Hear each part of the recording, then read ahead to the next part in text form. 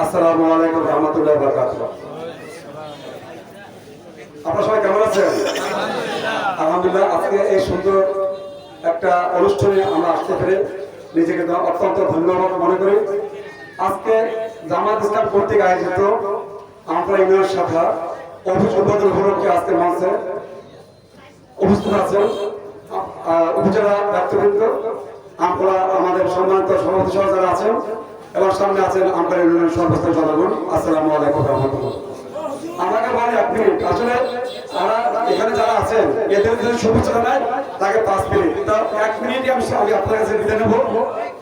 ইসলামী আন্দোলন বাংলাদেশ আমরা ইউনিয়ন শাখার পক্ষ থেকে আপনারা যারা আসছেন সবাইকে আমার সংগ্রামী অভিনন্দন। প্রিয় ভাইরা আমার, আপনারা বিকাল 3টা থেকে এই পর্যন্ত রাজনৈতিক অনেক কথা শুনছেন, মানে বর্তমান প্রেক্ষাপট অনেক কথা শুনছেন। এই যে ভাইয়ের কথাগুলো বলছেন আমরা শুনছি, অত্যন্ত গুরুত্বপূর্ণ কথা। এই কথার মাধ্যমে আপনারা দেশ পরিচালনা করবেন, কারা আল্লাহ রাসূলের পক্ষে, কারা আল্লাহ রাসূলের বিপক্ষে। ঠিক আছে ভাইরা?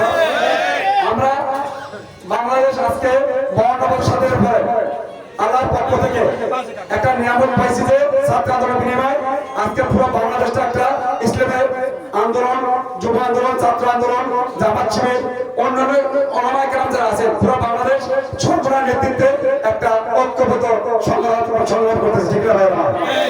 তো ভাই আমার সময় বেশি যাব না, আমি আপনারা যারা আসছেন আমি আমার ইউনিয়নের পক্ষ থেকে, ইসলাম আন্দোলনের পক্ষ থেকে, অঙ্গ সংগঠনের পক্ষ থেকে আপনাদের সুস্বাস্থ্য কামনা করি এবং এই আমাদের যে অনুষ্ঠানটা সুন্দর করার জন্য যতক্ষণ শেষ না হয় আমাদের জামাত শিবির যারা আছেন, এখানে যারা ছাত্র ভাইরা আছেন সবাইকে সহযোগিতা করবেন।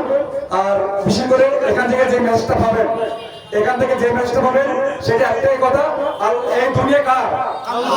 হুকুম চলবে কার?